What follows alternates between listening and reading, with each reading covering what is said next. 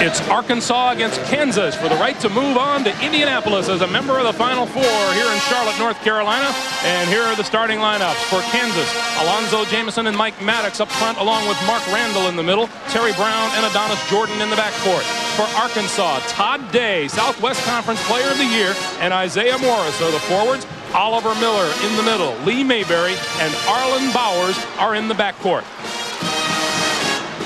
The officials for this afternoon's game: Mickey Crowley from New York City, Sam Croft from Roanoke, Virginia, and Pete Pavia from Rochester, New York. And the opening tap goes to Arkansas, and Todd Day puts up a three-pointer that's off the mark. Isaiah Morris rebounds, fouled, and the basket counts. And that's the exact thing you cannot let happen if you're Kansas. You're going to struggle getting points of your own. You can't allow Arkansas to get second-chance baskets like that. Kansas arrives here this afternoon with victories over the University of New Orleans, the Pitt Panthers, and then second-seeded Indiana by a huge margin on Thursday night. Isaiah Morris makes it a three-point play, and Arkansas is up by 3. And here's where you got to make Arkansas pay. Jamison almost lost it and recovered.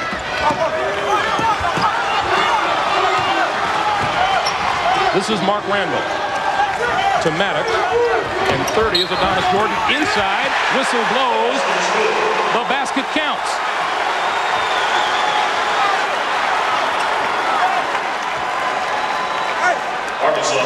Mark Randall, shooting 64% from the field, will go to the line and try to tie it.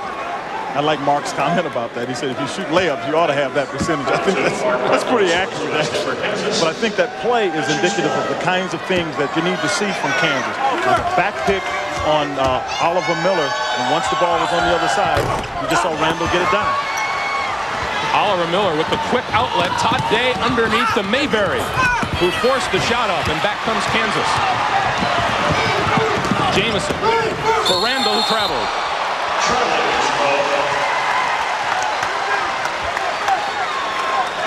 The Razorbacks, off of the Southwest Conference regular season and tournament championship, beat Georgia State, Arizona State, and then ran roughshod over the Crimson Tide of Alabama Thursday night. Jamison going for the steal, knocks it out of bounds.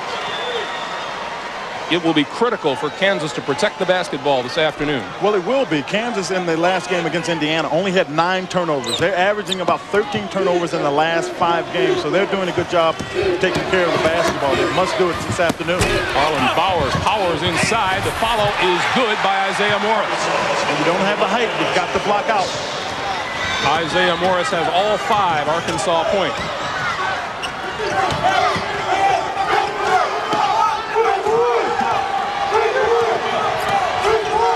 Ball batted out of bounds, and it belongs to Kansas. As you can see, Arkansas will play some half-court defense. Roy Williams said this game will come down to playing yourself through the fatigue that can be caused by the press of the Razorbacks.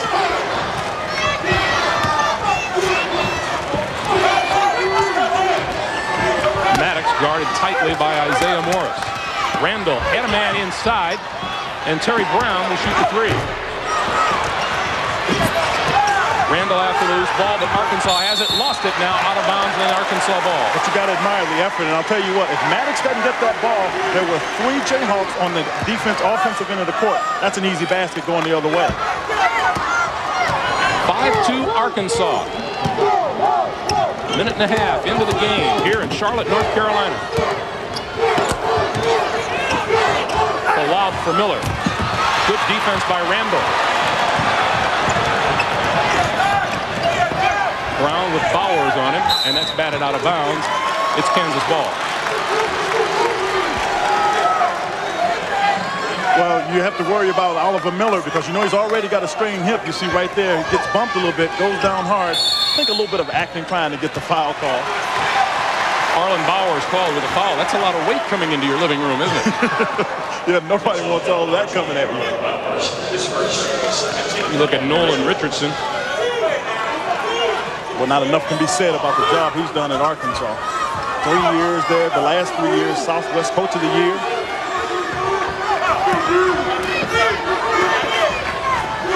It's the 1-1-3. This is a defense that Arkansas will employ to keep pressure on the jump shooters. Nice pass inside from Maddox, who missed the shot.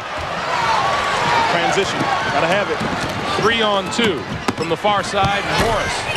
And he gets the bounce. And Isaiah Morris leads Kansas all by himself, 7-2. Well, he's kind of an unsung hero in that regard. They thought they'd get more out of him early, Greg, but he started to play here with a good start. Randall traveled. Nope, double dribble. Ran into someone very big inside called Oliver Miller. Well, Greg, right now, as we look at the pace, you've got to consider that this is what Arkansas wants to do. They want to get the ball up and down the court. 34 is Richard Scott, a 6'7" freshman from Little Rock, into the game. You know, when I talked to Roy Williams, one of the things he said he was going to do is try to put pressure on Arkansas on the defensive end. There's a whistle inside, and the foul is on Scott. And the reason I bring that up is if you go out and you're trying to put pressure on the defensive end and have to work as hard as you do on the offensive end, that's more of an opportunity to tire your players out. But that's what Kansas has always done, and he doesn't want to back off of that. Isaiah Morris making his presence felt. Todd Day with a rainbow for three. Penetration by Bowers makes that all day. 10-2 Razorbacks off to the lead. Morris with the steal. And the loose ball picked off now by Kansas. 4-5-on-1. Jamison with the basket. Got to get back. Here's Miller by himself on the baseline and now joined by a crowd. His pass gets away. Jordan for three. And the rebound to Morris.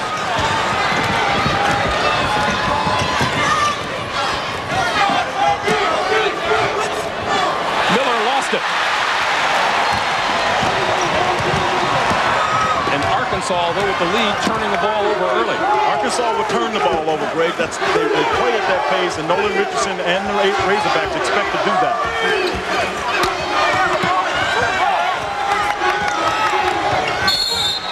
And that whistle is on Isaiah Morris. We talk about Isaiah Morris scoring the first 7 points. He comes in with a scoring average of 7.4 a game. Greg, he really struggled when he got to Arkansas. They put in a lot of new things on with their defense. They got right away in the preseason NIT, so Morris wasn't able to pick up things as quickly as he'd like. He's obviously doing much better with that. On the horizon, Seton Hall, UNLV out west, following this game. In the paint, rejected by Miller. Scott right back at it with a couple of fakes, and the tap up no good. Morris with the rebound. Oliver Miller. Day travel. We'll take timeout with 15:53 to play here in Charlotte. Arkansas with the lead by 6.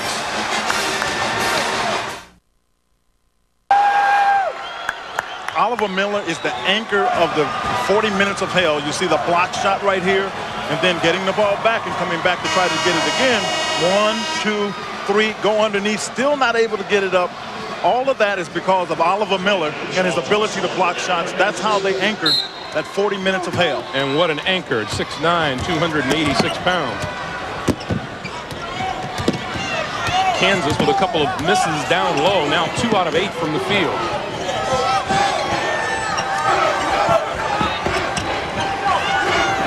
From the top of the key, Steve Woodbury just into the game. Hits a 2-pointer. You got a young freshman coming in off the bench. Kansas is going to have to get some bench play because you know that Arkansas will go to their bench, and Nolan Richardson feels that he has more bench players than anybody in the country.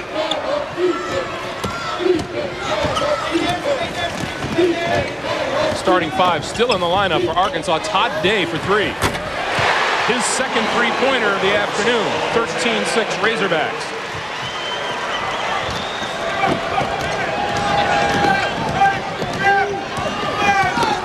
Todd Day hit for 31 and added 7 rebounds in the win over Alabama Thursday night.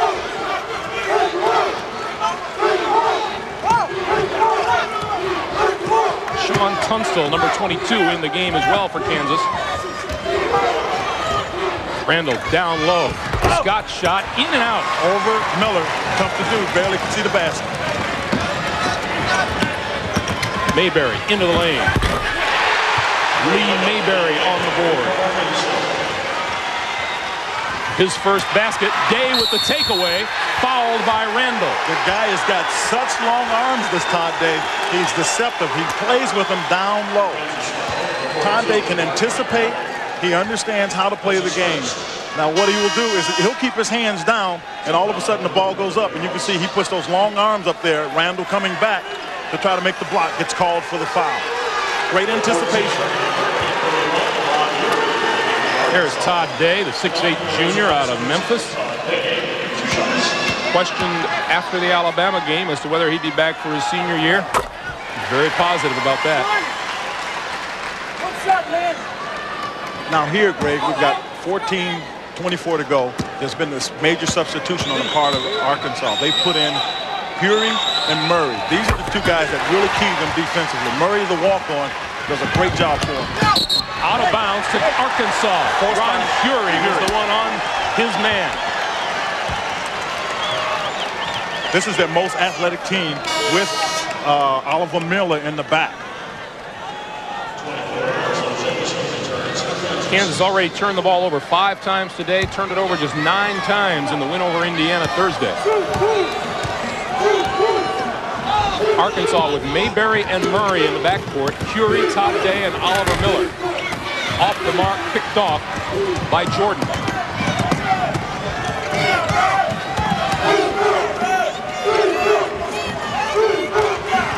Jamison loses the ball out of bounds, and they say it was knocked out by Arkansas.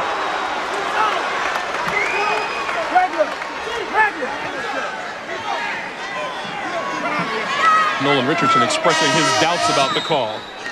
Nolan is pulling for his kids. It's just no two ways about it.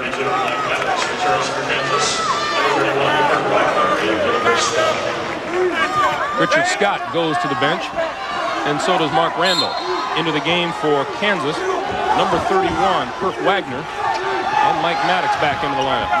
Trying to get some ball handlers in, keep fresh people in. Roy Williams' substitution is very good. Jamison, partially blocked. And Maddox will get it back outside. Woodbury. That's the one you've got to stick, because you can get it kicked back out to you. You got to make it, though. Jamison, nice move on the baseline. 17-8, Arkansas. I think you can get Miller inside on Maddox. Maddox plays good position defense, but Miller's just much too big for him. Todd Day across the lane tried to dish it off, and the blocking foul goes against the Jayhawks. That's Mike Maddox's first foul. Mike Maddox, 6'7" senior out of Oklahoma City, playing with 2 degenerated discs in his back. They keep a heating pad on the bench for him for when he needs it, and he really can't go full speed in practice. What you've got to wonder is that's going to become a factor here playing against somebody as big as Oliver Miller and all the banging that'll go on in this contest. Mayberry for 3, doesn't get it. Miller is out of the game right now, and Roosevelt Wallace is in the lineup for Arkansas. Decision making right here.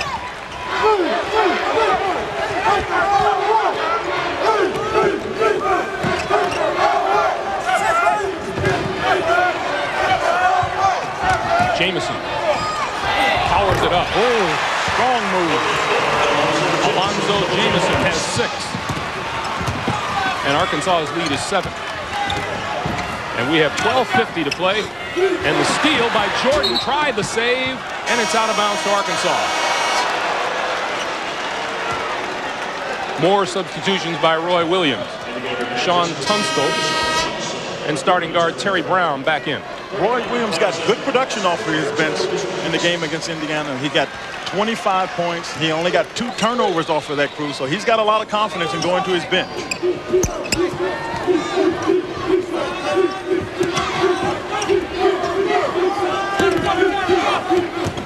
Wallace. And Tunstall comes down with it and breaks out. 3-on-2, good pass. And Wagner lost it. Oh, that's an opportunity you can't afford to miss. Tunstall made the play. Wagner not prepared to catch it. Kansas ball.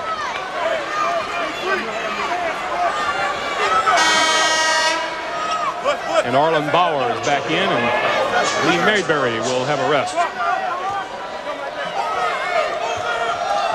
Arlen Bowers, known for his defensive skills, which should serve him well on the Arkansas football team in the fall. He'll play defensive back. Good hands, very active, strong body. They call him Truck, so he's not afraid to take a hit, obviously. You hit him a couple of days ago, and he didn't budge. He did not budge. There's a takeaway by Murray, and it bounces off of his foot and out of bounds. You know, I think this kid is a great story. Here's a kid that is a walk-on. I mean, he was a walk-on, and I asked Nolan about him. I said, how is he on the team? He said, when he was out practicing, and I started looking at him and said, this kid's got a chance to make it. He is one of the top subs on the Arkansas team. I mean, that's amazing. Ernie Murray averages just over 5.5 points a game for the Razorbacks. This is tenacity that's really what Arkansas likes. Shot clock to 2. Jamison gets the shot away and hit it.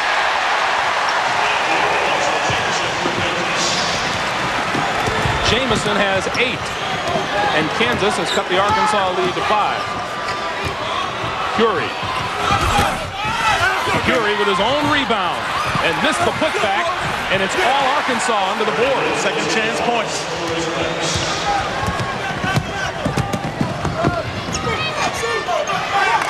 Missed possessions by giving up second chance points, and obviously you lose the fact that you let the other team score. Maddox looks inside. Good look inside for Kirk Wagner. But Greg, if you watch the tempo of the offense of Kansas, you should be quick but not hurry. And all of a sudden, Kansas is starting to hurry with their offense. Loose ball picked off by Kansas.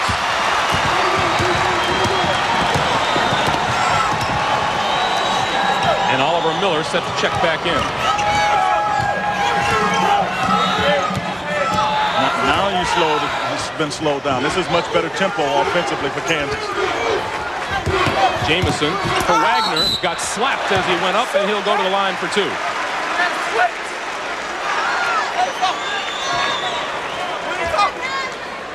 The results of being quick and not hurrying is that you can get yourself open, and once you get yourself open, you can find people. Right here, Jamison can get the ball there, and then Wagner just goes to the other side of the basket. That's what you do when you're quick, but you don't hurry. You can still see where the openings are.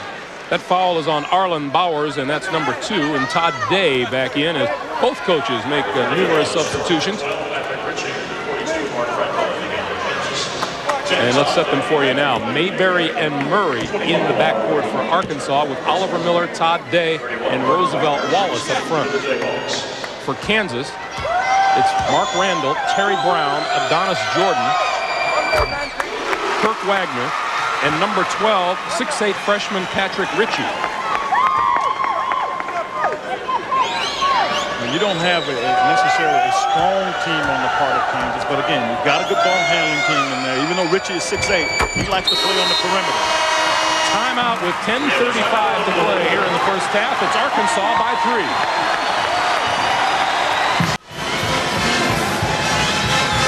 Along with Quinn Buckner and Jim Gray, I'm Greg Gumbel, and this is the Charlotte Coliseum, the site of the Southeast Regional Championship.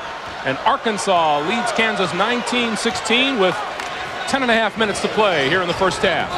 Arkansas been able to get some second chance points, able to put low pressure on Kansas. Kansas has now come out in a 1-3-1 zone. A little bit of, this is a way you can preserve some of the energy of your team. Todd Day just nailed another 3. But Greg, you got to go know where the shooters are. Todd Day has been making them with great regularity. You've got to get out and guard him. Day has 11. And Arkansas's lead is 22-16. Arkansas is in a 1-3-1 with Oliver Miller on the wings. Long arms, keeps the outlet pass out. 33 Clyde Fletcher making his first appearance for Arkansas. Good pass inside. Wagner had it, batted it away, and snapped it back outside again to Adonis Jordan. Jordan does the wise thing. Bring it back out, set your offense up again.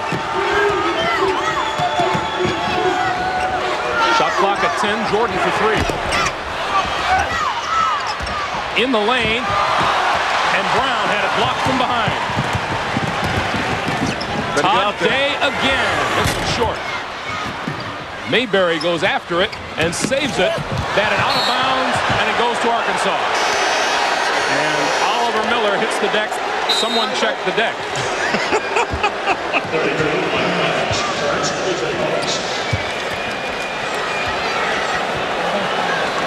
Well, right, the ball gets tapped out, and you can just see the momentum of Mark Randall ran into Oliver Miller. Now, how he knocked him down, I do not know, but I checked the deck. It's all right. Miller is up. He's all right. 9:20 to play, first half.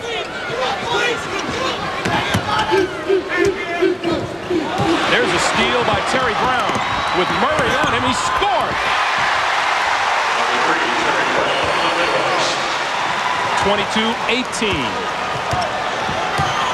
As Terry Brown, the leading scorer for Kansas, gets his first points of the day. There's Murray. And Maddox with the rebound, out of bounds to Kansas.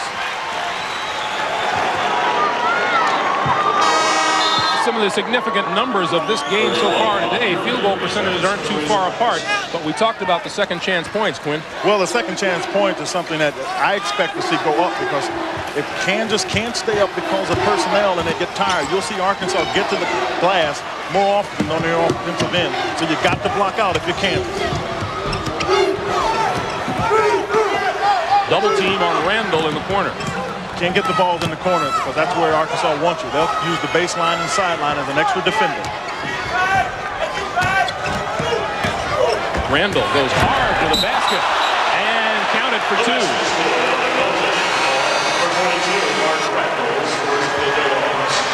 Mark Randall with 4 points. Well, first of all, if Fury's standing under the basket, almost any time you're standing under the basket, you can't block it. But more importantly, you're playing a zone, Arkansas. How do you let a man drive from the foul line, top of the key, to the basket? Somebody must step in. The Jayhawks have crept to within 2. The shot inside. Fletcher missed everything. Here come the Jayhawks. Jordan to Maddox. And we are tied. 8 minutes to play, first half.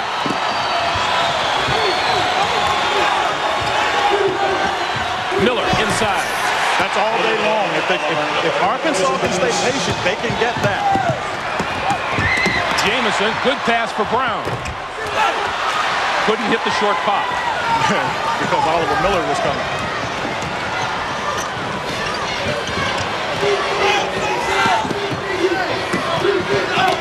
Fury on the baseline and an offensive foul.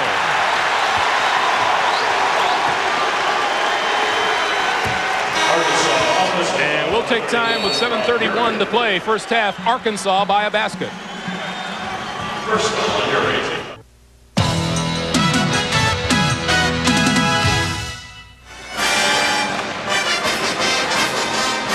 Welcome back, everyone. With about 7.5 to play here in the first half, it's Arkansas by 2 over Kansas, 24-22. And we want to remind you, more action coming your way tomorrow. The road to the Final Four, and then regional finals in the East. Temple in North Carolina. The winner of that game will play the winner here at Indianapolis. And in the Midwest, St. John's against Duke. Later today, Seton Hall against UNLV out in Seattle for the West Regional title.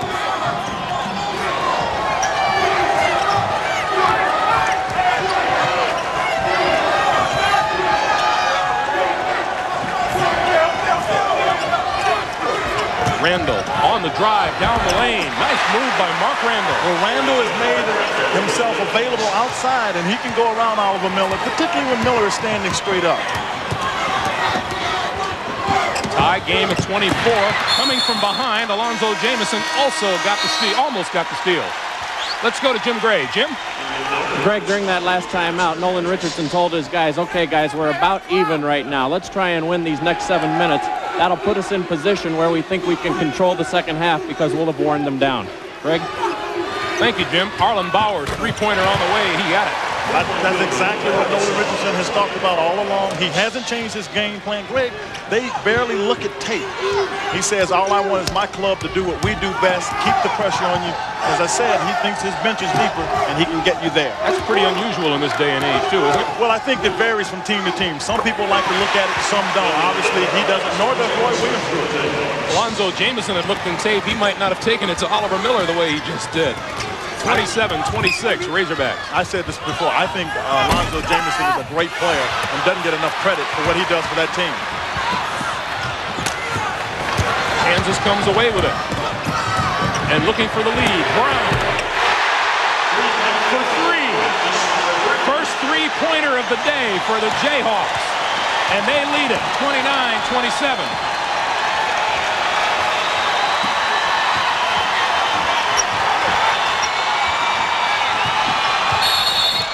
Curie with a whistle and a foul on Richard Scott. Well, if anytime you can break the press, the thing you need to do is attack the basket. If you're somebody like Terry Brown who likes the three, it's a chance to get off the slide. Now, Terry feels that he has his rhythm. Watch for him to take more three-pointers. They encourage him to do just that. See, that was the first three-pointer of the day for the Jayhawks. They rained three-pointers down on Indiana 2 nights ago. Well, normally they like to get Terry Brown early on the three-pointers because they know what it does in terms of open up the inside game. Miller around and out, followed by Isaiah Morris. Repetitive. Second chance points. Got to block out. Morris has 9, and we're tied at 29.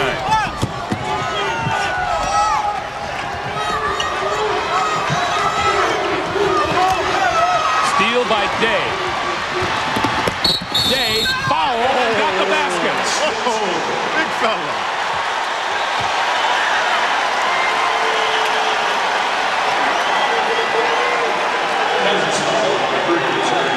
Todd Day is 6'8" dribbling this ball, and Terry Brown makes a gamble, tries to cut in front of him, and you can see Todd Day still able, with great body control, to get it in the hole. A little excitement to go along with it. He had a few like that against Alabama Thursday night. And Day has 14 today, and Arkansas back on top by 3.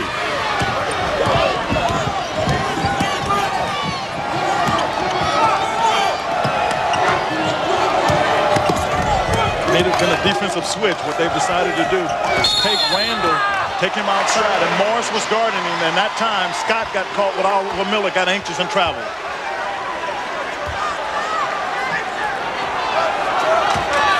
Minutes for the half. Arkansas with the ball and the lead. Rick, I think Kansas let their momentum get away. They had started out with making the run with the three-point shot, and you can see how the momentum has shifted back, and now Arkansas has it back at their pace, and now Kansas has to guard against trying to get the points back on one trip down the court. Pretty good move and shot by Lee Mayberry.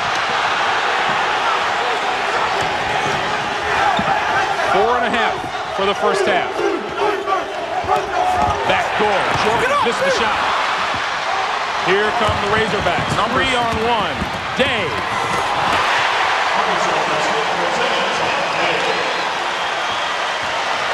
$16 for Todd Day.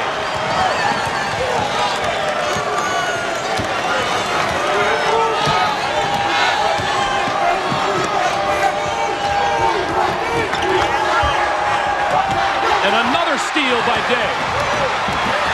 Day for Bauer. Try the left hand, out of bounds to Kansas. And we'll take a breather with 3:51 to play, first half.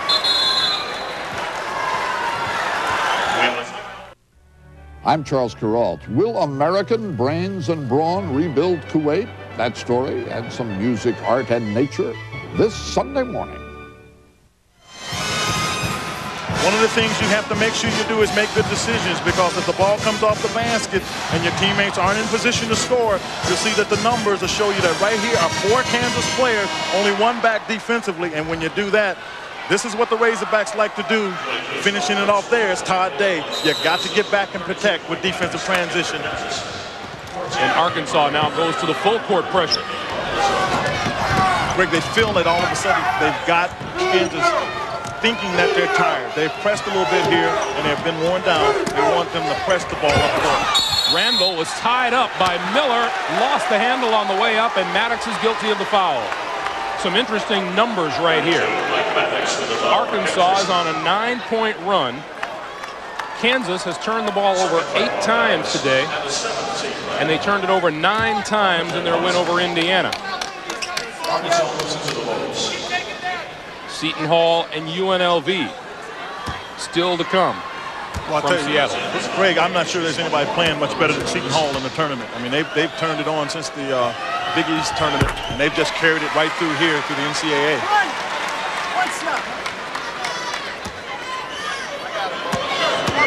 Congratulations to Todd Day, who has just set a new Arkansas single-season scoring record. Joe Klein held the previous record of 736 points back in 1985. Joe Klein now with the Boston Celtics. I'm sure he'd like having that. That shot off the mark. Here comes Arkansas again.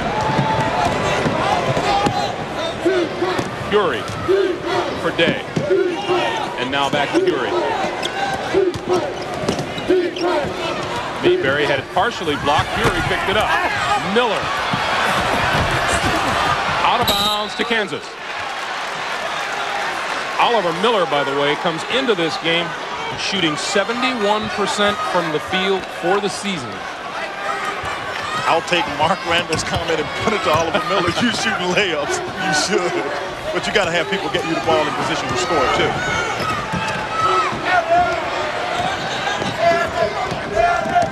Kansas still with plenty of time on the shot clock, 30 seconds. See how far they're getting the ball out. And that's a turnover. Number 9 of the day. All of a sudden, you're starting to get the ball further out. When you get tired, one of the first things to go is not necessarily your legs, Greg. It's just the ability to start thinking yourself, thinking through decisions, and executing those decisions. Quinn, there was no doubt Alabama got tired Thursday night against Arkansas. They did, and they just started throwing the ball away. And not only were they throwing it away, it wasn't getting deflected out of bounds. It was getting deflected so that could be converted to baskets, and that's when you really want to get yourself in trouble. In fact, some of the players were even saying so during the game. Gary Waits, as a matter of fact, told Todd Day, he said, you guys got to quit running like this. I'm tired. In the middle of the game. Day to a wide open Mayberry, who missed it. Murray, another 3. Arkansas getting multiple tries at the basket every time down court.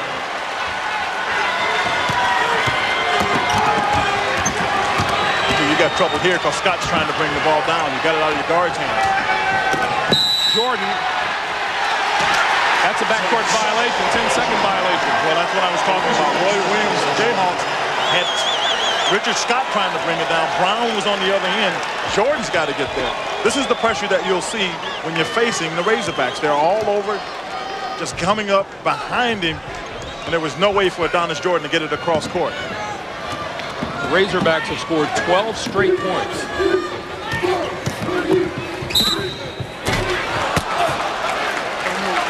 And the whistle.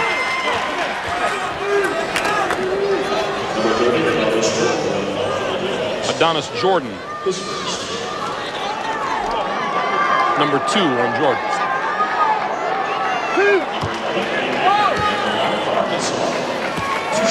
And here's Lee Mayberry at the line. Greg, this young man has gotten what I consider one of the highest compliments you can get. I played with Sidney Moncrief, who was a former Arkansas Razorback, and they said this young man has the same kind of fiber and character that Sidney Moncrief has. And I played with one other player that had that, and that's Larry Bird. So I'm telling you, that is some very high praise for Lee Mayberry. Jordan spins in the lane. Nice move by Adonis Jordan. And that breaks the Arkansas run. And that's Jordan's first basket.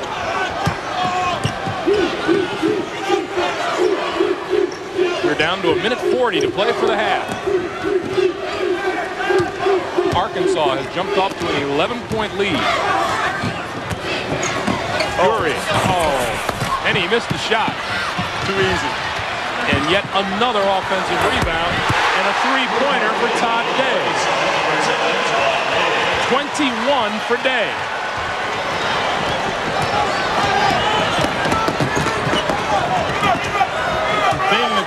That we can look for here with Kansas. I talked to Roy Williams. His concern was his players start passing the ball defensively. Instead of passing it on your toes where you can get something into it, you're moving it away from the defense and not able to get popped. That's when Arkansas can steal passes. Terry Brown. Two-pointer for Terry Brown. Under a minute to play now. 45-33 Arkansas.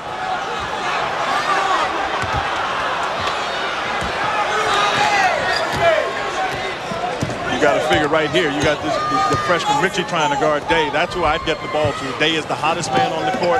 Lee Mayberry knows where to find his score. That's who I'd look to see get the last shot. No shot clock.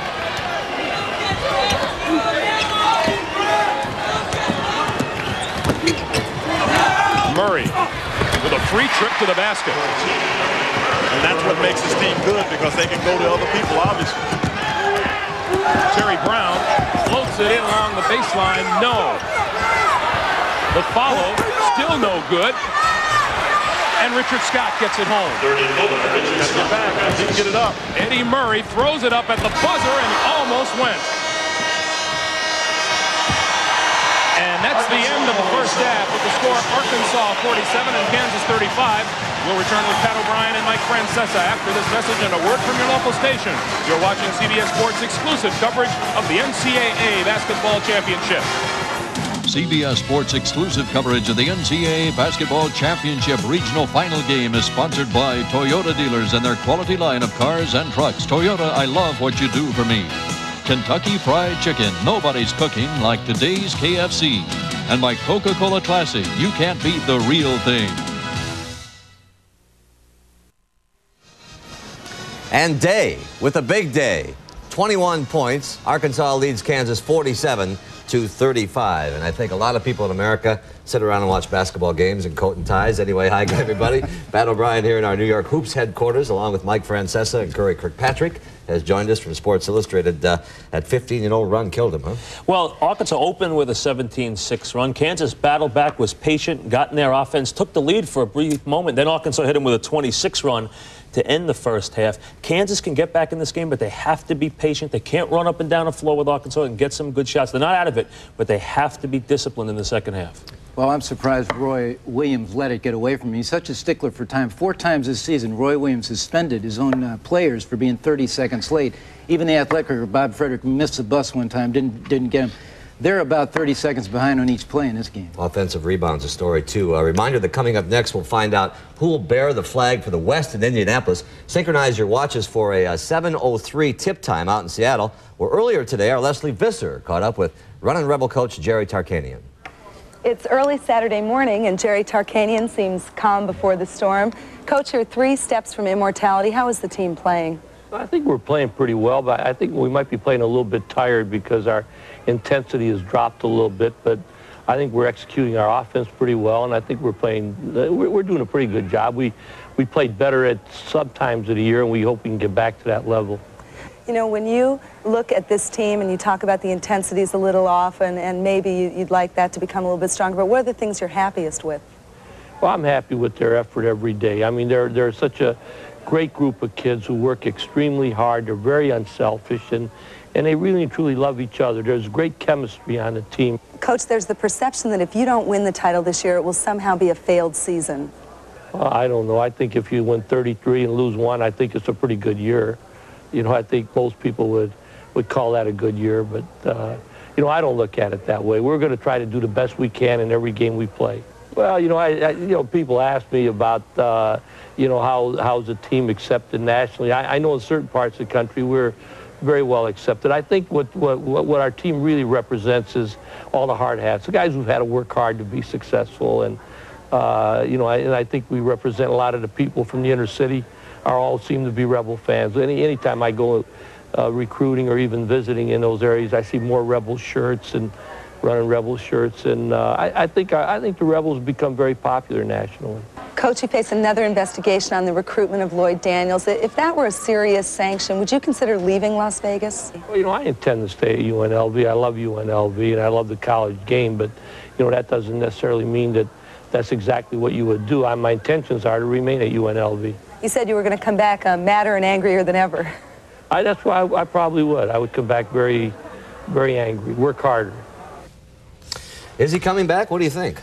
I don't know if he is or not, Pat, to be honest with you, but if I were Tarkanian and I won it, I'd take the best record in the history of college basketball and those 2 crowns, and I'd leave. Well, we know he was talking about a lot of people wear Rebels uniforms and hats. I'm sure you've got a lot of Runnin' Rebels paraphernalia. Well, whatever he does, I hope he wears those red pants somewhere. But, you know, I agree with Mike. I don't think he'll be coaching there next year. I think he might take a year off, just get away, enjoy life. I don't think Jerry's had a lot of fun this year with all the success. I think it's really been a tough year for him. What about the game tonight? Mike had picked Seton Hall, as you know, all the way through. He's gotten off that train now. Who do you like? You can't get off the train, Mike. I did. I only picked him to the regional final. Thought they'd get to the final 8. I think it'll be a close game. UNLV, 4 points, 5 points, but I think UNLV will beat them, but I think Seton Hall will make them play a real tough game here. I think Vegas has just played to the competition the whole tournament. I think they'll play their strongest game tonight and beat Seton Hall. All right, guys. You have the hat and the sweatshirt? I got it all. I got the, you know, the Tarkanian. Folks, he's done it again. Apparently, even the sky is not the limit, fellas, for Sergei Bubka. For the third time in the past 2 weeks, the Soviet pole vaulter par excellence has set a world record. Today, he soared 20 feet 1 inch at a meet in Grenoble, France. By the way, that's roughly equivalent to jumping over a combination of Wilt Chamberlain, Kareem Abdul-Jabbar, and Mike Francesa. Right now, let's switch. I'm on the bottom, right? I hope so. Switch gears and do some navigating on the women's road to the Final Four today in the Mideast Regional Final. Tennessee beat Auburn 69-65. Let's go to the highlights. Tennessee will be in white. They led throughout the game. Kelly Castile inside turnaround jumper gave them a 12-point second-half lead. Lady Tigers storm back, steal the inbounds pass. Carolyn Jones nails a three-pointer to narrow the Lady Vols lead to 5. 15 seconds left in the game. Auburn's Carolyn Jones drives towards the basket. She's called for the charge. The bucket doesn't count. Tennessee Lady Volunteers advance to the Final Four. And Tennessee advances to the Final Four. Connecticut beat Clemson 60-57. Connecticut now will play the winner of Virginia-Lamar in next week's semifinals, which, by the way, will be here on CBS, the semifinals and the finals. And there's a look at the Elite Eight for the women. In the men's Division II championship game today, earlier on CBS, North Alabama, they are the champs, 79-72 over Bridgeport. Fred Stafford had a big day, a battle between the Lions, and that's a schmoo, fellas, by the way. The Lions got off to a quick start. Eric Smith makes a steal, dishes off to Darryl Hardy for an acrobatic layup. Fred Stafford goes all the way now, and he had 24 points in easy hoop, and he staves off a Bridgeport comeback there, and North Alabama is the Division II champs. In tennis at the Lipton's Players Championship down in Key Biscayne, Florida, Monica Seles defeated Gabriela Sabatini in straight sets. And coming up, time for the second half between Kansas and Arkansas at stake. Of course, a ticket to the Final Four. Greg Gumbel and Quinn Buckner will pick up the call as the road to the Final Four rolls on from the Coliseum in Charlotte right after this commercial. Enjoy the second half.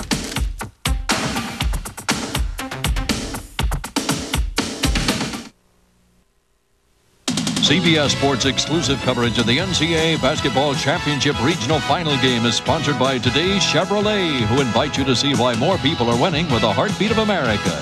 Dean Witter. Dean Witter measures success one investor at a time. And by Bud Dry. Why ask why? Try Bud Dry for refreshment that's beyond question. Welcome back to the Charlotte Coliseum at halftime. It's 47-35 Arkansas. Let's check in with Jim Gray. Jim?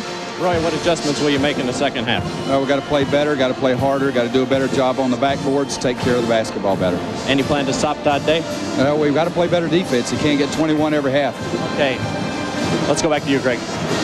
All right, Jim, he's got that right. Greg Gumbel along with Quinn Buckner and Quinn. Todd Day has had a marvelous first half and has looked unstoppable so far. Well, Greg, he has, and the thing that makes it difficult is now when Todd Day gets his confidence, he's difficult to guard. But what has happened is now he's opened up the outside, and you've got to be concerned about that because you know Oliver Miller's on the inside. They get you coming and going. There are some pretty significant numbers to look at from the first half, and one of them is turnovers. Well, the turnovers today, as you can see, they're 10 already in the first half of Kansas. They only had 9 all game against Indiana. The three-point shooting, Arkansas is just sticking it with regularity, 6 of 11. You got to figure they'll cool off, but what they'll start to do is get some more points off of the turnovers. Todd Day has 4 of those in 6 tries from behind the three-point line. And Todd Day has now scored 20 or more points in 24 games this season. Greg, 21 points in 16 minutes. He's had a great start. Roy Williams is white. If they don't get out and play defense, this guy can absolutely get away from him. Jamison, Maddox, Jordan, Brown, and Mark Randall starting the second half for Kansas. Back door, work to perfection. Terry Brown. You take advantage of over-aggressive defense, move the offense up, and you can get back cuts. Important thing here, Quinn, as you mentioned in the first half, Kansas can't get them all back in one bite. They just have to stay patient and see the offensive rebounds is what got Kansas in trouble before. And right here, the first possession for Arkansas, they get another one.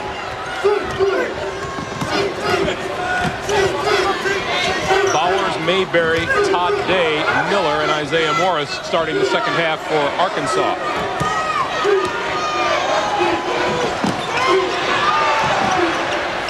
Bowers close to being tied up. 20 seconds on the shot clock.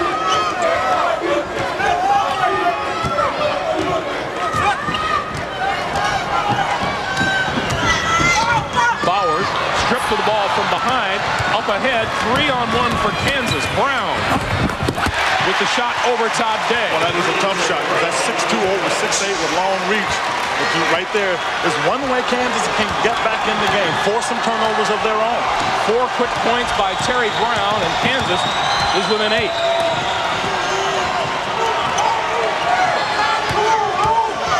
And that's an offensive foul. Well, that's a Charlie horse right there for Bowers. He came out, he got a knee right in the thigh. That's 3 on Arlen Bowers. And Ernie Murray into the game. Let's take another look. Well, Bowers tries to get out and play defense, but you see the good step out there by Maddox, and you see the collision. And Bowers came up limping, has 3 fouls, had to go sit down. And that's 5'10", knocking over 6'7". Mark Randall to the baseline, fouled by Murray. Kansas has come out with a little pepper in the second half. Well, it's important that they get off to a good start, Greg. And you're right. They've come out with a little pepper. Here's the real key for Kansas. You've got to be able to maintain that kind of intensity and effort for the rest of the half, the rest of the game, because you know Arkansas will not let up.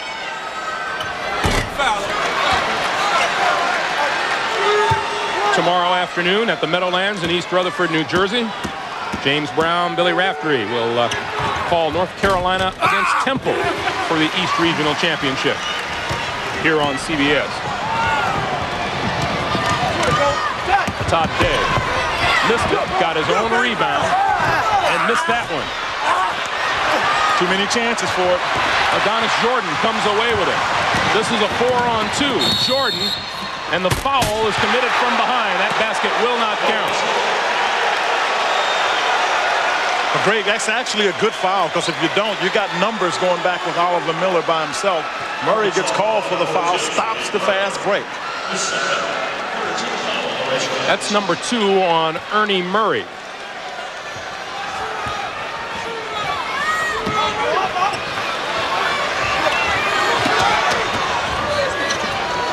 Alonzo Jameson. That's a 3 for Alonzo Jameson, and it's 47-43. And timeout on the floor.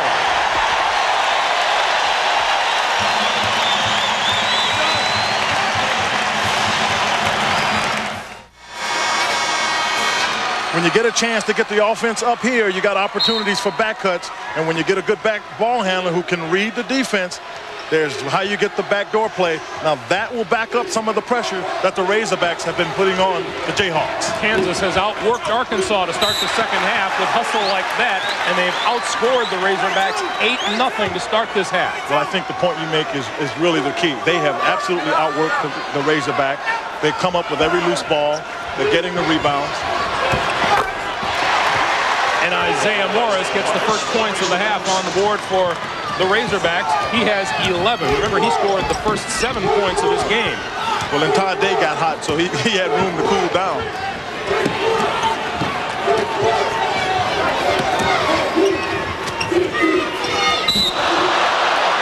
There's a minor collision at the top of the key. That's all because Jamison made a jump shot. You know, guys fall for that every time. If a guy makes one jump shot, all of a sudden you're jumping out at him. I remind you that near the conclusion of this NCAA tournament game, Quinn and I will select the Chevrolet players of the game, and in conjunction with that award, Chevrolet donates $1,000 to the General Scholarship Fund of each school.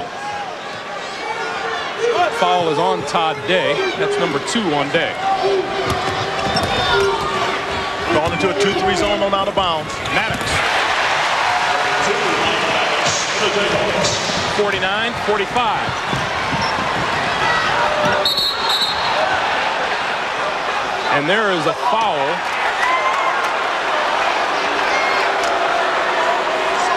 And that's from Randall. Looks on Mark Randall, it is.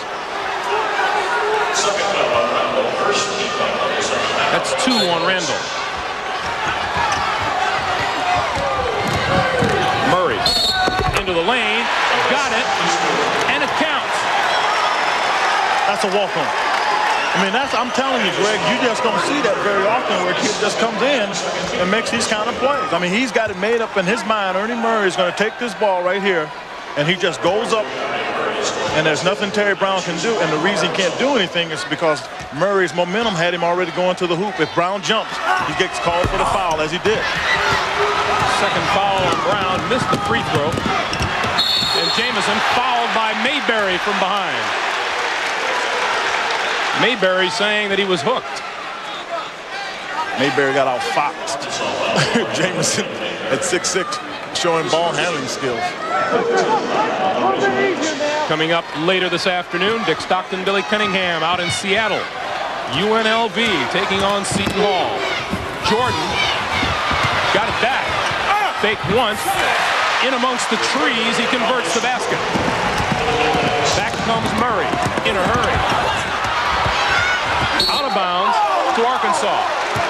And that was one of the few times Kansas had the majority of people under the basket. Well, Greg, it's early. I mean, when I say early, we're under 4.5 gone in the second half. If they're doing that at the latter part of the game, then I think that's significant. I expect to see that early. And a little bit of a disagreement.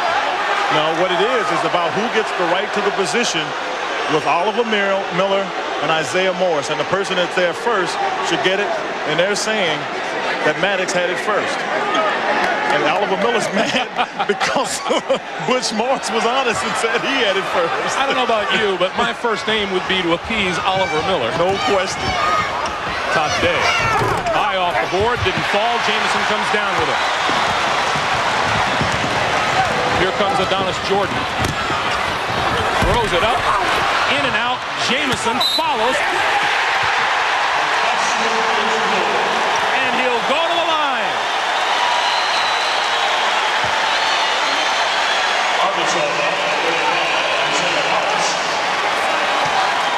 When you get a player that can get good position, it really helps. But you see right here, Jordan takes it to the basket. We talked about Arkansas getting offensive rebounds, but this is Jamison. I still think he is the most unsung player on this club. He is either leading or at the top two in almost every category that Kansas has. Missed the free throw, but got the ball back. Arkansas by 2, 51-49. Trip from behind. Isaiah Morris is called for the foul. Quinn, continuing our discussion of Alonzo Jamison. He's a 6'6" junior from Santa Ana, California.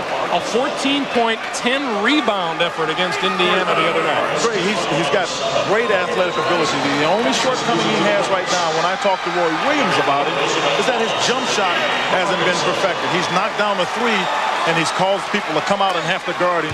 But you gotta like his ball handling ability, his strength. He's got he's got that next level NBA kind of body, so he'll bang. Isaiah Morris commits his third. Sean Tunstall with the free throw. Free throw shooting has not been a Kansas strong point all year long. And they are already in the bonus in this half. They're in the bonus because they've worked harder, Greg. They've been the more aggressive team here at the start of the second half. We have a tie game with 16 minutes to play in this half.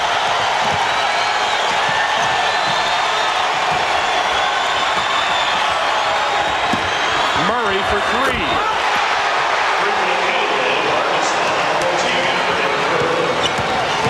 And Arkansas leads by 3. Tunstall on the baseline. Randall, foul, and he'll go to the line.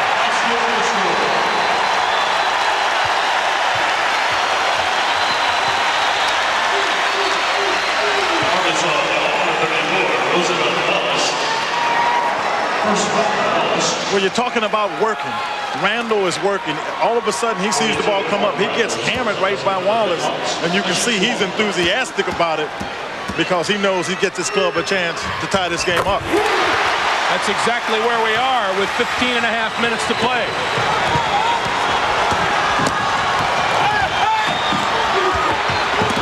Day. He's got to shoot the first shot. Tunstall. Jamison follows. And a jump ball. Possession arrow will go Arkansas's way.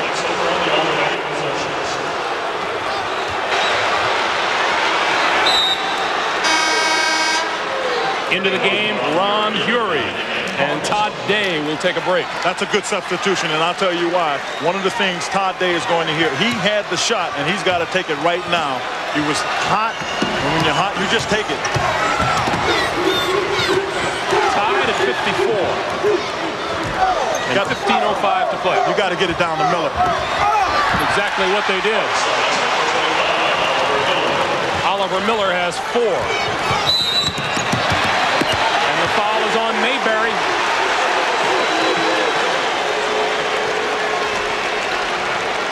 Oliver Miller is such a formidable force inside. You've got to get the ball. Randall gets high side. He has no backside help. Adonis Jordan too small, too late. That's 5'11", Adonis Jordan trying to put the brakes on Oliver Miller. But you got to love the name Adonis Jordan. That's a great basketball name. Got to get this young man in the game in your screen. Oliver Miller, big body.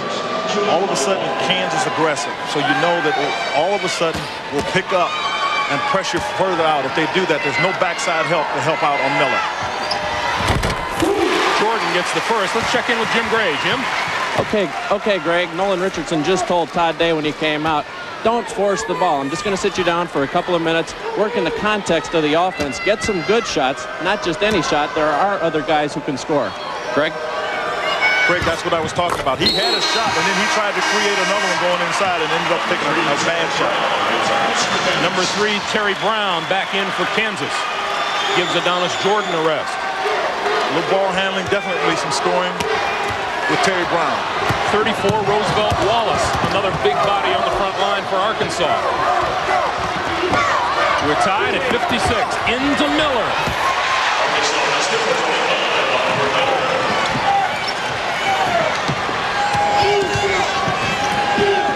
And Tunstall over the timeline. Arkansas by 2. This is a different team right here without Adonis Jordan. Tunstall is primarily a 2-guard trying to convert to the 1 spot. That's hard to do because there's a different mentality.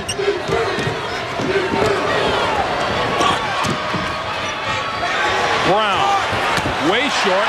Miller for Hury. That's as quick an outlet as you will see. I mean, that's a bullet. And it's Arkansas by 4.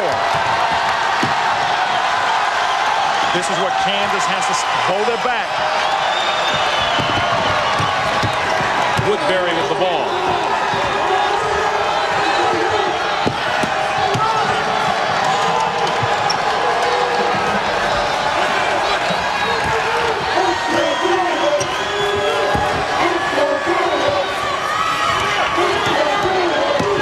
Roy Williams trying to steal some time here, Greg, because you got Alonzo Jameson on the bench. He's the person that can really help move the ball, create some shots. Tunstall, around and out, loose ball, saved by Terry Brown. And Kansas gets a new 45.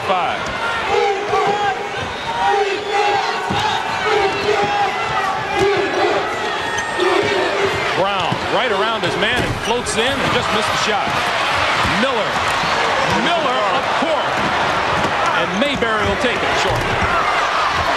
Out of bounds to Arkansas. Did the right thing, gave it to the guard. Still to come, the Pirates and the Rebels waiting to tip it off later today out in Seattle. I hope they're having as much fun with their game when they start as we're having with this one. Todd Day back in for Arkansas.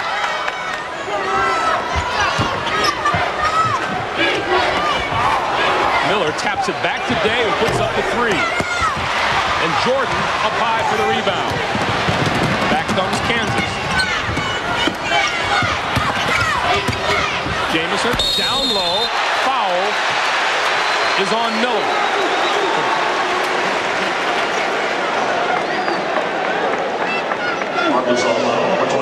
We talked about the shooting problems at the free throw line for Kansas. They were last in the Big 8, shooting just 61.9%. And that can hurt you in a tight game. Well, they put themselves in a position to get in this contest by being aggressive. And officials tend to let the aggressive team play. And Kansas has gotten himself, as you said, in position to be here. They've got to make the final shot. Richard Scott shot just 40% from the line during the season, and he missed that one. See, right here today, they're at 67. They shot 59 on Thursday. Whoa. You got to call the bank. 3-point lead for the Razorbacks.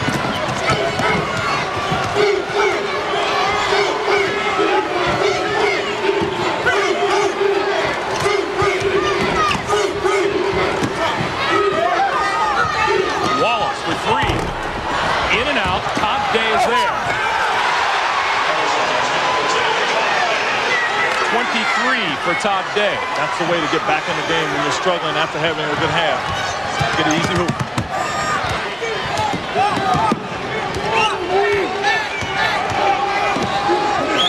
See Roy Williams calling the play from the sideline. And Ernie Murray tied up Adonis Jordan. 11:51 to play.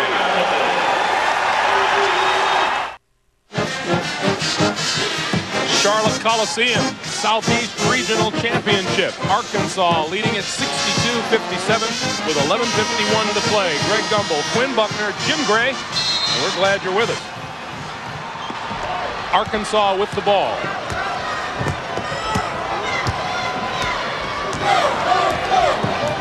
They led by 12 at halftime. Kansas came back to tie. Arkansas has again grabbed the lead, and Mayberry casts off, comes up short. Randall has the rebound. Mayberry almost took it away. Randall all the way in, and the offensive foul.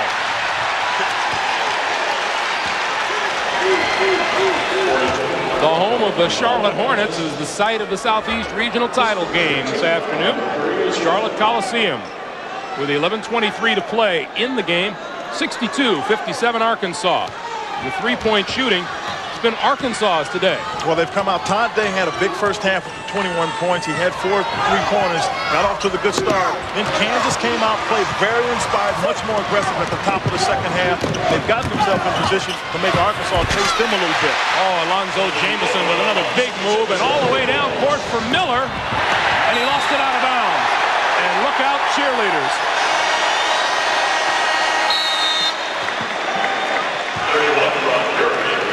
The dangers of cheering for your home team. You got to know when it's time to get out of the way. Oh, pom-poms flying left and right. Look out below. Arkansas 62, Kansas 59. The winner gets a trip to Indianapolis.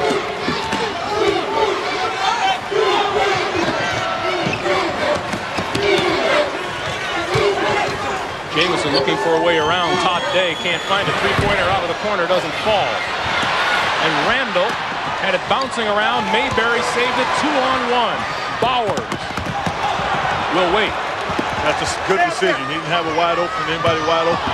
And Todd Day around his man, missed the shot. No foul called, and here come the Jayhawks. Terry Brown for three. And Brown committed the foul on Mayberry. He just started into Arkansas's pace there. When you see shots go up that quick. That's 3 fouls on him. You see UNLV later this afternoon will try to improve on its 44-game winning streak. UCLA next in sight, 3 ahead. UCLA from 66 to 68, that is. And UNLV will work on that. And they go up against Seton Hall coming up after this game here on CBS Sports. Terry DeHeer for Seton Hall has been the guy that's really got them going. He's played his best basketball since being at Seton Hall.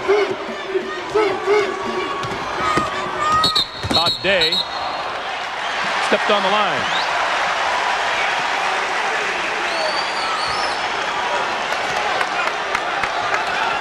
Arkansas with its 13th turnover of the day. Kansas has 12. Tunstall brings it across the line, down the lane, nice feed for Jameson. And Kansas is within 1. Alonzo Jameson has 19. getting good play off the bench, is Roy Williams. And that will go against Kansas. Foul is on Terry Brown. Anytime you can attack the defense in the middle, you see the collapse right there. Here he comes over. Nobody picks up Jamison. He finishes it off.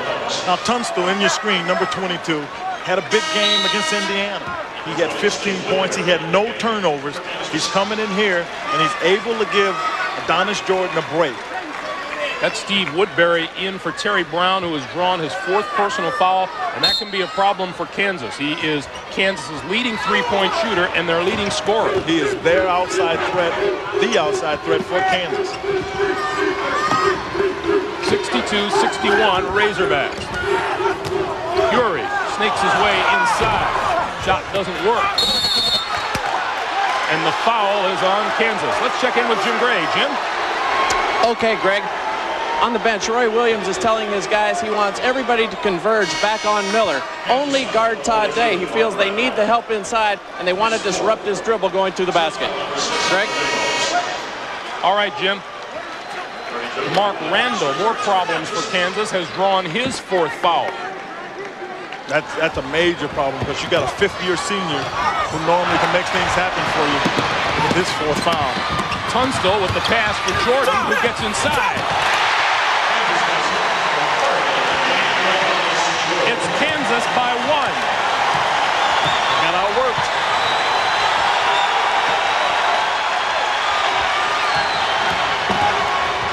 Day lost it and regained it. Well, this is a good matchup because Jamison is the top defender for Kansas playing against the top offensive player for Arkansas. Fury traveled. Fury went up and found 2 defenders in his face. Into the game comes Ernie Murray. So Arkansas with Miller, Mayberry, Bowers, Murray, and Todd Day. Kansas has Jamison, Sean Tunstall, Richard Scott, Mike Maddox, and the man with the ball, Adonis Jordan. This is a 1-3-1 trap. They'll get you in the wing. They can come out and trap you. On the baseline. Miller with the rejection. Save, Maddox. That would have counted had it not gone through. Kansas leads by 3.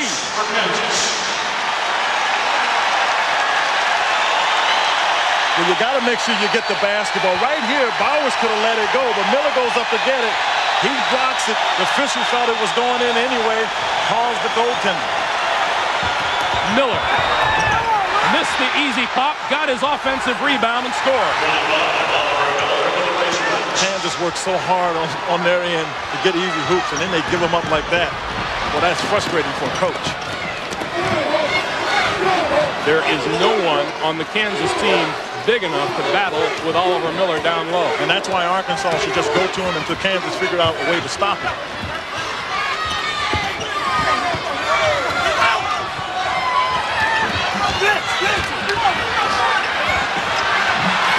Tunstall almost tied up. You can always go to Oliver Miller's man because Oliver Miller is not even coming out of the paint. It was Maddox that time, so he's got to make himself available. Shot clock down to 7. Jordan, short. Trying for the save and not getting it was Richard Scott. We'll take a break with 7:25 to play. Kansas by 1. A tradition unlike any other. The Masters on CBS. I love power. Lawnmower never had enough. Gave it the power of Chevy S10 Tahoe. Cuts 9 acres in 7 minutes flat. Weeds. Big V6 fuel injected. Uh-oh. Chevy S10 Tahoe's V6. More power for under $10,000 than Ford Ranger XLT. More for less? What a concept. V6 powered canoe. Garage door, Tahoe power.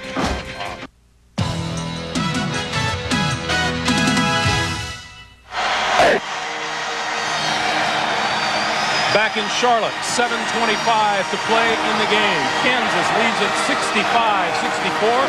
Greg Gumbel, Quinn Buckner, Jim Gray. Greg, at this point, Roy Williams has told his group they've got to play through what is normally the fatigue factor. When you get fatigued, one of the things that happens to you is you can get fouls. You see Randall and Brown both have 4 fouls. Murray fouled going down the lane. And the foul is on Richard Scott.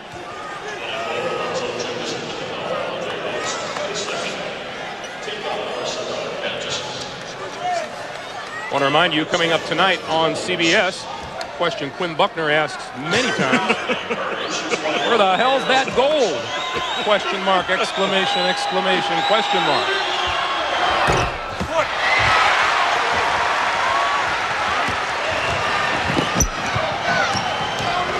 .7:10 to play in the game.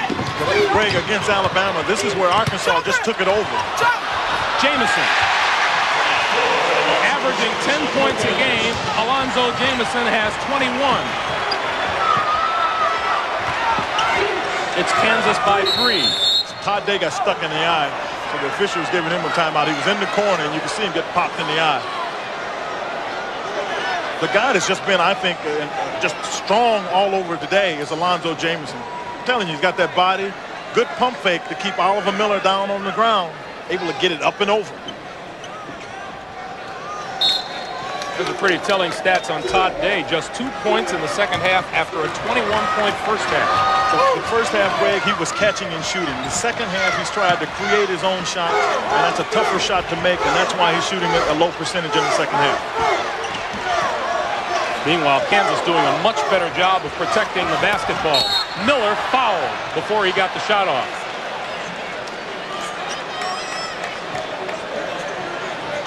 And that looks to be on Alonzo Jamison. It is. That's number 3 on Jamison. Coming up next from Seattle, the top-ranked running Rebels of UNLV against the Pirates of Seton Hall.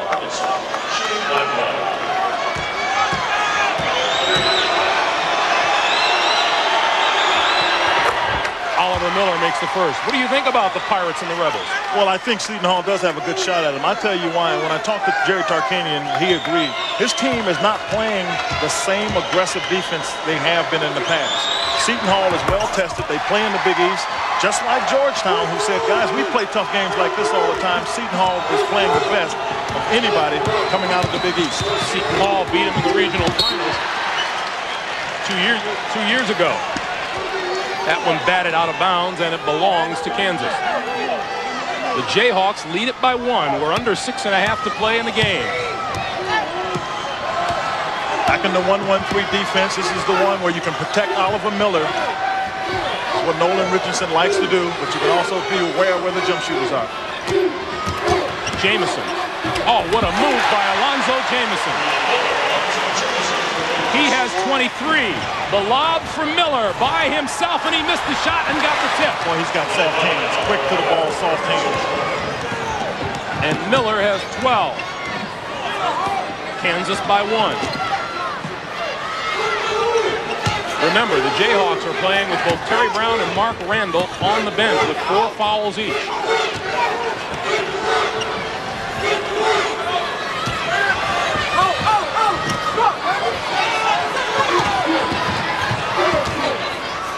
Still plenty of time on the shot clock. It's down to 16. And they really are great. Right here, they're trying to get themselves a break. This is how you can get a breather, because in the zone, there's nobody that'll come out after you.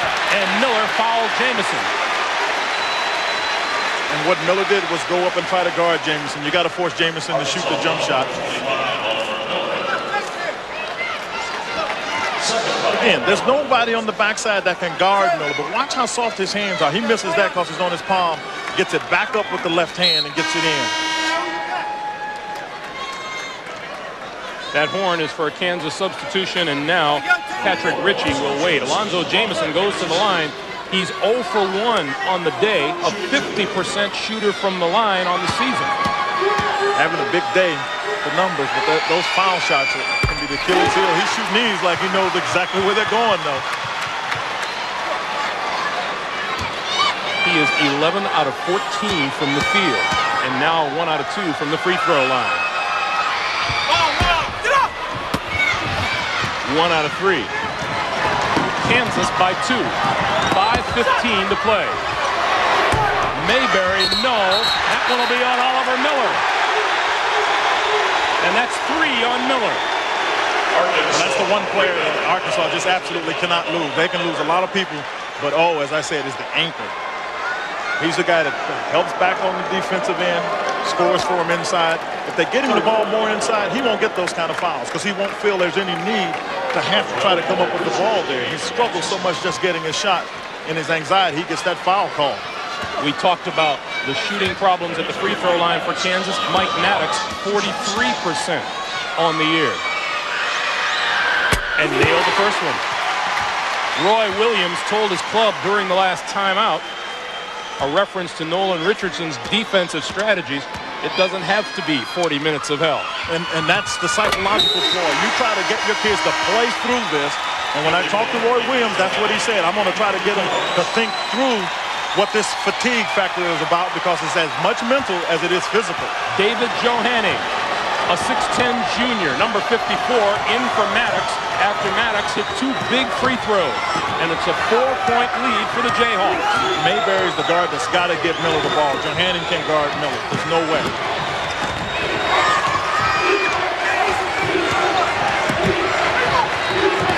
Todd Day. Around and out. Miller with the board. Day for 3. And a big rebound by Steve Woodbury. Boy, Miller's down and hurt. Oh, boy, this will really get to Arkansas. Three-pointer out of the corner. Tunstall.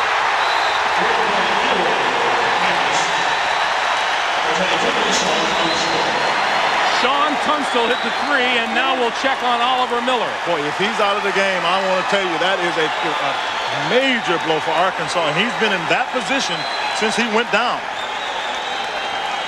On the previous possession, Miller's got position in there. He probably could have got it dropped down, but watch Woodbury go up and get it. Looks a little bit like he came down on that left leg, but I believe it's his right leg that was hurting him up in the groin area, but he comes down and he's still in the same position. Miller was hobbled Thursday night with the strained groin muscle, reported to be feeling better as he came into the building today.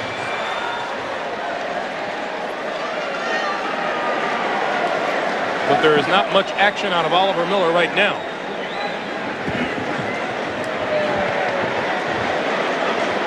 Well, you see a obviously concerned Nolan Richardson because he's said all along, we go with the big O. We've talked about his value to this team.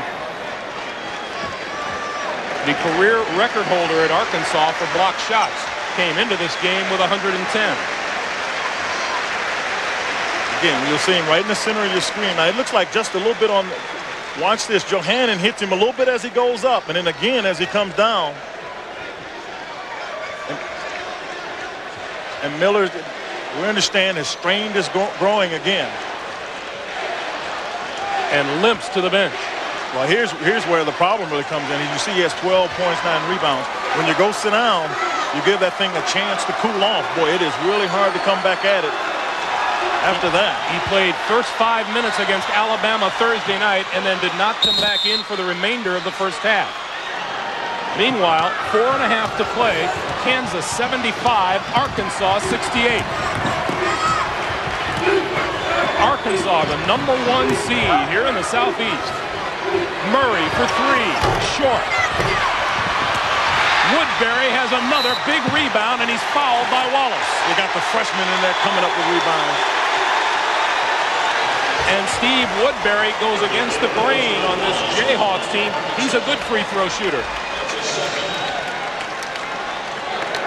Let's check in with Jim Gray again. Jim? Okay, just spoke to the Arkansas bench and to Oliver Miller down there. He will come back. He just re-aggravated his groin injury. It's really tightened up on him. He took a bad spill, but he says he can come back. Greg? All right, Jim, 4:13 to play in the game.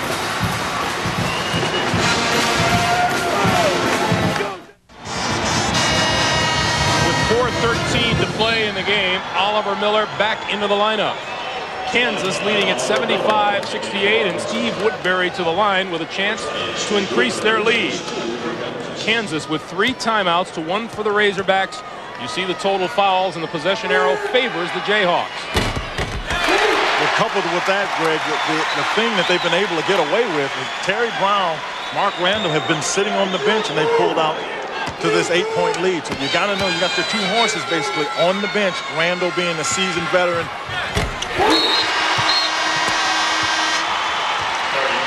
34, Richard Scott into the lineup for Kansas. Arkansas has not made a field goal in the last 4 minutes and has missed its last 5 shots. Right here, Arkansas find a way to get the ball to Miller, and all this shooting from outside is not going to get it done. Todd Day for Miller, and it counts, and he'll go to the line.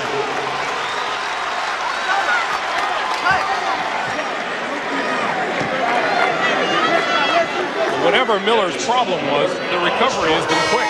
Well, I'm not sure how bad he was hurt, but once Day goes to the middle, then you help out. I'm sure Nolan Richardson said, get the ball inside the Miller. And what I said, that I'm not sure he's hurt. Oliver Miller is a kid that does not like to fail. He had a tough fall back there because he thought he should have got the ball in. And I thought he was down kind of just disappointed as much as anything else, because as soon as he was on the bench, he looked like he was fine. 77-70. And Adonis Jordan is fouled by Todd Day. Well, the thing you don't want to do if you're Arkansas, you don't want to foul. I mean, because if you foul, as you can look at the foul trouble there, Jamison with 3, Kansas obviously in a tougher situation. But if you foul, you stop the clock, and if you're raising 40 minutes of hell, you stop the clock, you give people a chance to get their, to regroup, get their win, and that's not something that the Razorbacks want to do. Oh no's hog ball is what's written on the back of Oliver Miller's sneaks.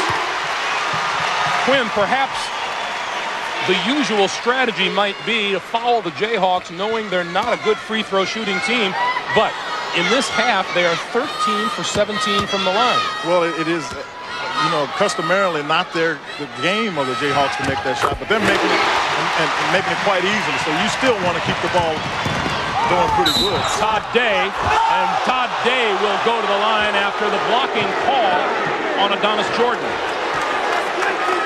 And that's 3 on Jordan. 3:49 to play.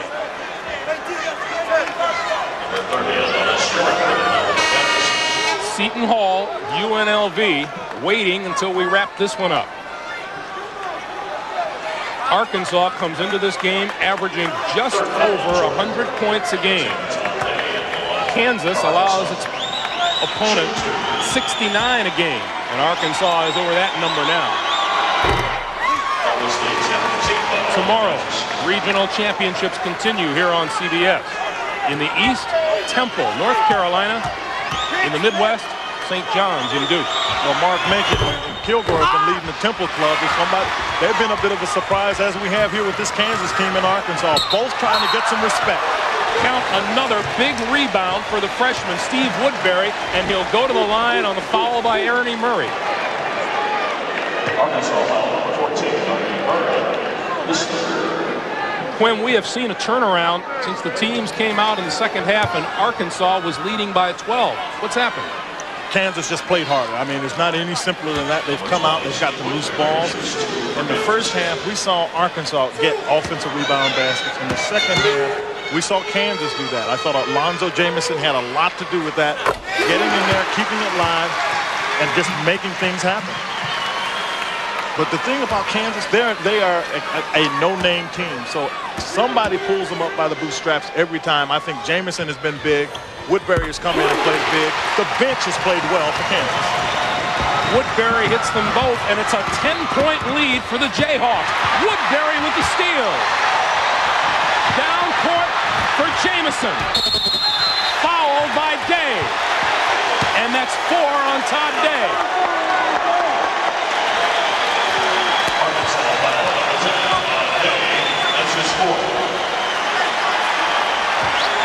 This Kansas team has surprised before. In 1988, they were the number 6 seed in the Midwest and won it all. Well, you see, Woodbury does what a good guard does. He gets back, but nobody gets back defensively. Todd Day comes for Alonzo Jamison. Too late, gets called for the foul. Greg, he's stroking. I mean, he is stroking.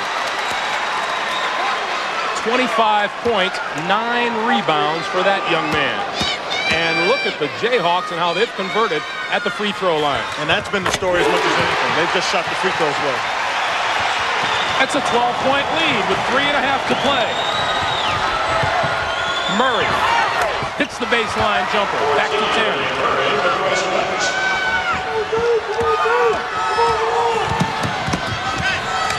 Jordan double team.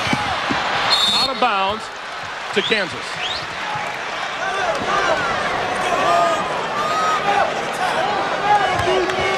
You see the Jayhawks and the run they've enjoyed in the last 3 minutes.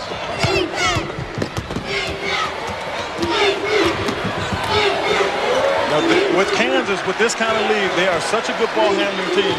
Arkansas has got to go get them because Kansas is not going to be the one to throw it away very often. Under 3 minutes for the game. Tunstall.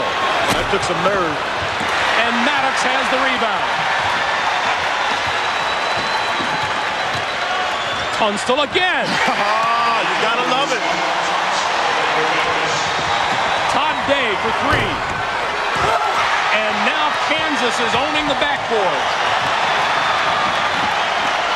Kansas has stood up to all the pressure that Arkansas has put in the game, and they have played great, Greg.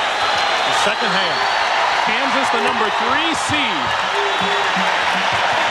here in the Southeast, taking time off the clock. And Murray comes out for the foul.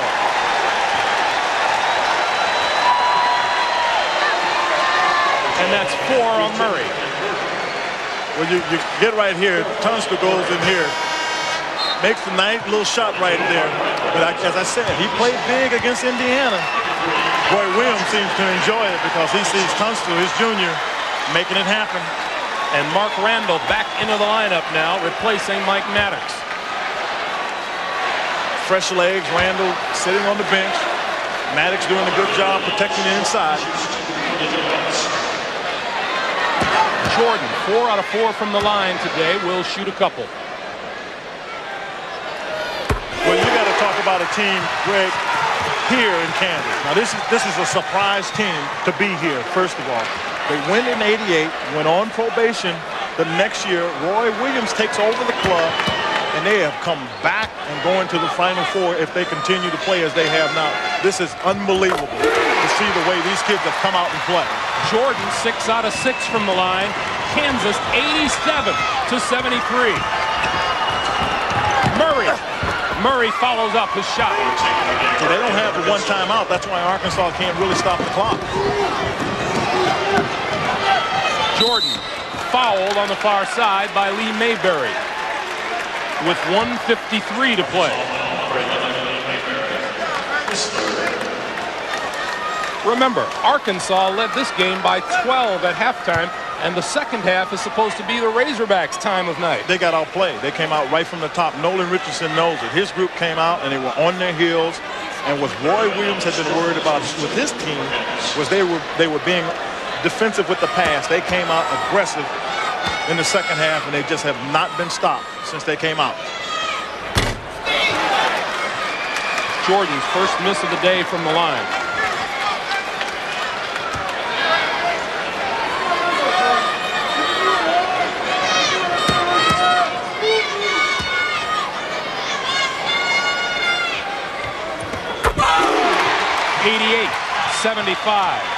Kansas by 13 with 1:50 to play. And the free throw story is incredible in this game. Out of bounds to Arkansas. Quinn, let's not lose sight of the contributions by a 6'4" freshman by the name of Steve Woodbury.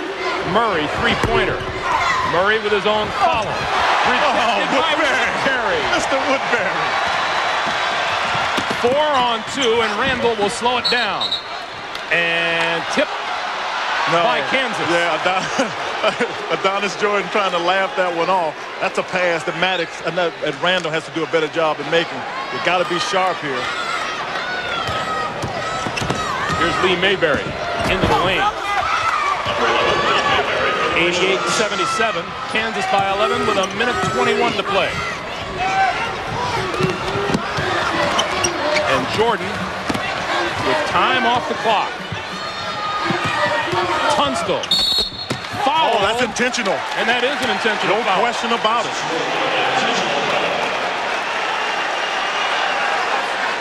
Ernie Murray, the guilty party. Well, you got to stop him from making a shot, but you don't do it that way. And that's 5 on Murray.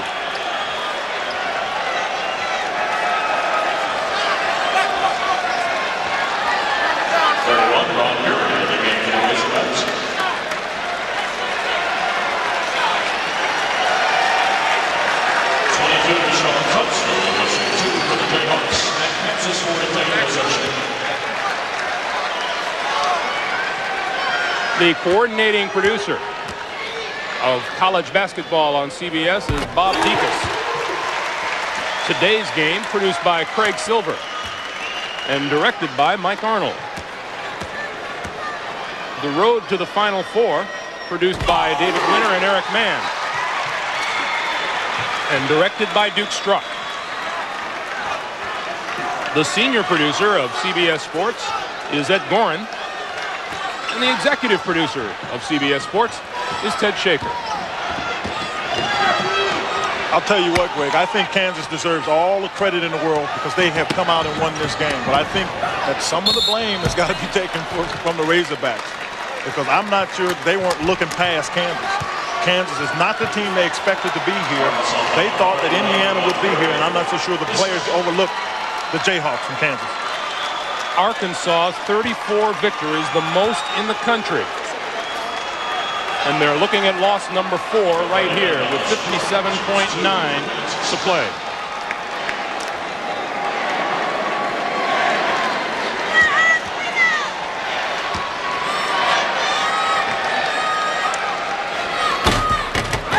Jordan with another nail in the Arkansas coffin.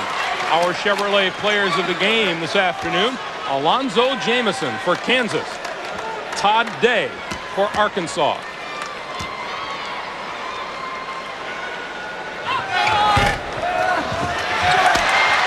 All second half, just how it goes. Surprise, surprise. The Jayhawks going to the Final Four. Randall. And they'll kick it back outside.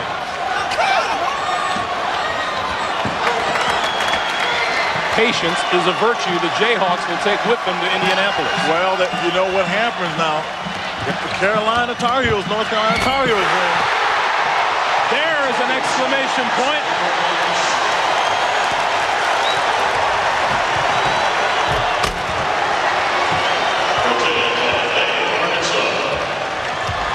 You got Roy Williams going against his mentor if they can get by Temple.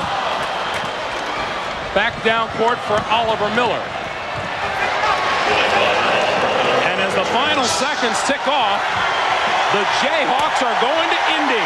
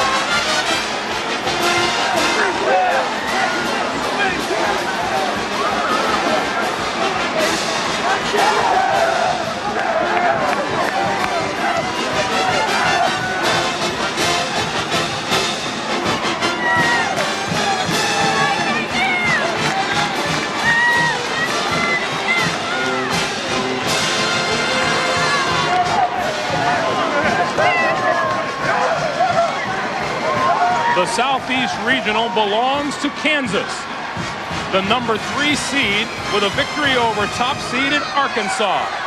And Kansas is the first team to move on to Indianapolis. 93-81 for Quinn Buckner and Jim Gray. I'm Greg Gumbel. Let's go back to New York and Pat O'Brien. All right, fellas, thank you very much. Well, we've got 1/4 of our Final Four, and we're about to learn the identity of yet another second participant at next week's Big Dance. Will Seton Hall fill the glass slippers again, or will UNLV run away with that prize? Tip time is 7:03 out in Seattle. Well, right now, our Leslie Visser is standing by live, and V, you're on. Pat, Seton Hall proved a couple of nights ago that they know how to handle a team with a dominating front line. Bigger isn't necessarily better. They handled Arizona, the Tucson Skyline. Well, tonight they face another team with a dominating front line of Augman, Ackles, and Johnson. By the way, this game will be played on a resurfaced floor. A couple of nights ago, the players were complaining that they were slipping all over the wax. Yesterday, the floor was treated with a solution of 4 parts bleach to 1 part water. That should clear up the problem. I just spoke with Coach P.J. Carlissimo, and he said if the score is tied with 4 minutes to go, that favors Seton Hall. This is a team that doesn't turn the ball over, and they hit their free throws. But how good is UNLV? Remember, this is the team that turned Georgetown into sentimental underdogs. Pat? All right, Leslie, thank you very much. We'll hear from you later on in the day. The road to Indianapolis cuts through the Pacific Northwest, and on our way there, we'll make a brief return trip to Charlotte. Stay with us. We've got a lot more mileage to do before this day is done, and we'll hit the road after this brief stop for a commercial message and a word from your local stations.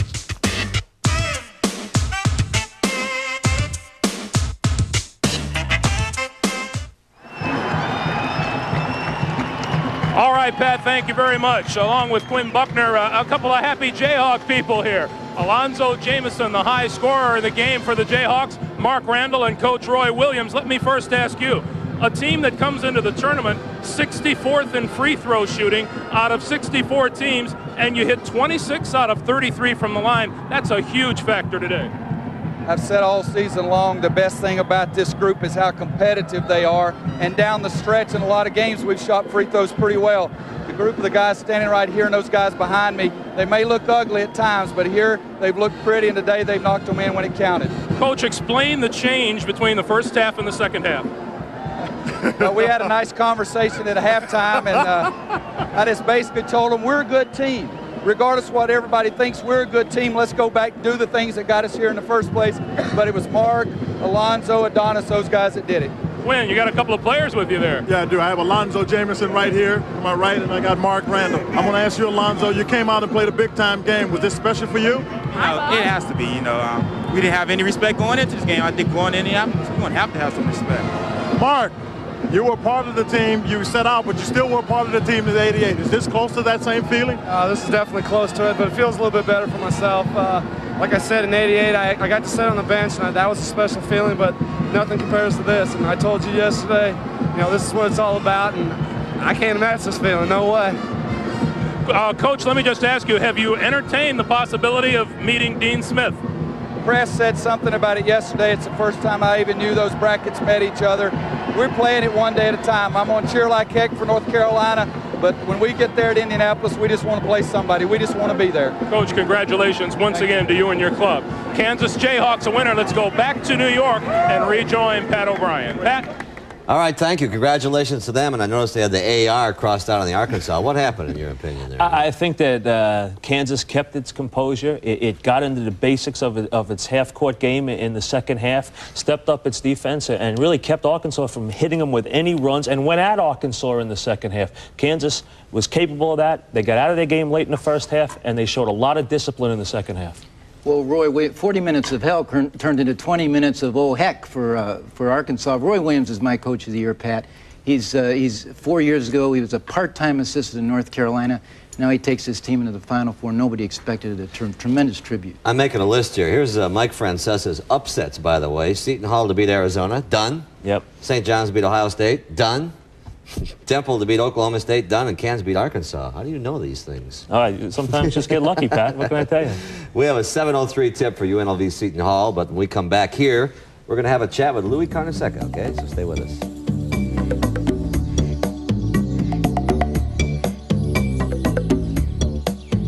The Final Four.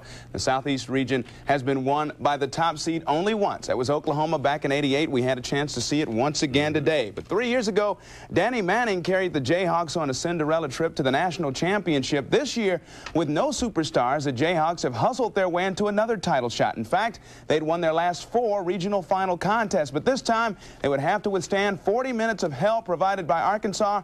Arkansas provided 20 minutes of hell. We'll go to Charlotte, show you what happened. One of the differences between Arkansas and Kansas is, that's right, the three-point arc. And Todd Day, deadly from behind that arc. Uno, tre. Dos, tre. Tre, tre. Cuatro, tre. 4 3-pointers for Day, and he even did it the hard way. Off-balance lay-in here. He had 21 first-half points as he drew the foul there. Arkansas up 12 at the half. Second half, Roy Williams' squad really turned things around. Mark Randall finds Brown with the backdoor cut. Jayhawks on an 8-0 run to start the second half. Then Alonzo Jameson on the offensive boards draws a foul. He had a career-high 26. Mark Randall getting into the act with the putback. He, too, is fouled, and we're tied at 54. And Randall says, yeah, here we go. Sean Tunstall burns Arkansas with its own medicine as he buries the tray. Kansas up 7, and Roy Williams, he loves it. His team wins it going away. Jayhawks celebrate it 93-81. Your final. Todd Day held to just 5 points in the second half. That was one key. Kansas, of course, making its first Final Four trip since they won it all in '88. Another key, the Jayhawks snapped out of a season-long free throw drought. The worst free throw shooting team in the tournament sank 26 of 33, and of course that sets up a meeting with either Temple or North Carolina at Indy. Bill? Eric, as I speak, Seton Hall.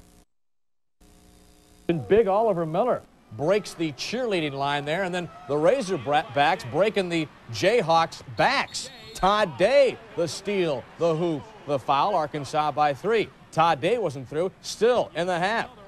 Razorbacks on a run. Todd Day again for 3. 21 first-half points. Arkansas by 12 in the first half. But at the second half again, the Jayhawks on their own run. Adonis Jordan takes it to the hoop, can't get it, but Alonzo Jameson, who averages just 10 points a game, had 27 this afternoon. Kansas only down by 2, but the Hogs dug in. The long outlet from the Big O all the way to Ron Urey for 2. Arkansas had a 4-point lead, but Roy Williams' team digging in. That motion passing game and then driving when they had to. Jameson again. And with Mark Randall and Terry Brown on the bench for Kansas with 4 fouls, the reserves picked up the slack. That is Sean Tunstall for the slam. Kansas built a 6-point lead, and Roy Williams and the Jayhawks are off to the Hoosier Dome for a piece of the Final Four. 93-81 the final. One of the big keys in this game, Kansas, not particularly known for its free throw shooting, hit 26 of 33 today, and that bench picking up the slack when Mark Randall and Terry Brown were in foul trouble in the second half. And speaking of that second half, what went on in that Kansas locker room to turn the Jayhawks around? I can't repeat what he said at halftime, but more or less what he said was, you know, we got to come out and do what got us here. And I think we really did. You know, we hit the boards well. We out-rebounded them about 3. My players have never lost a game. Matter of fact, they are 34-0, and Nolan is 0-4.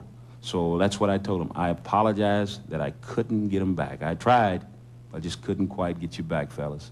So I will take that with me and start working again, preparing our guys for the next year. And with a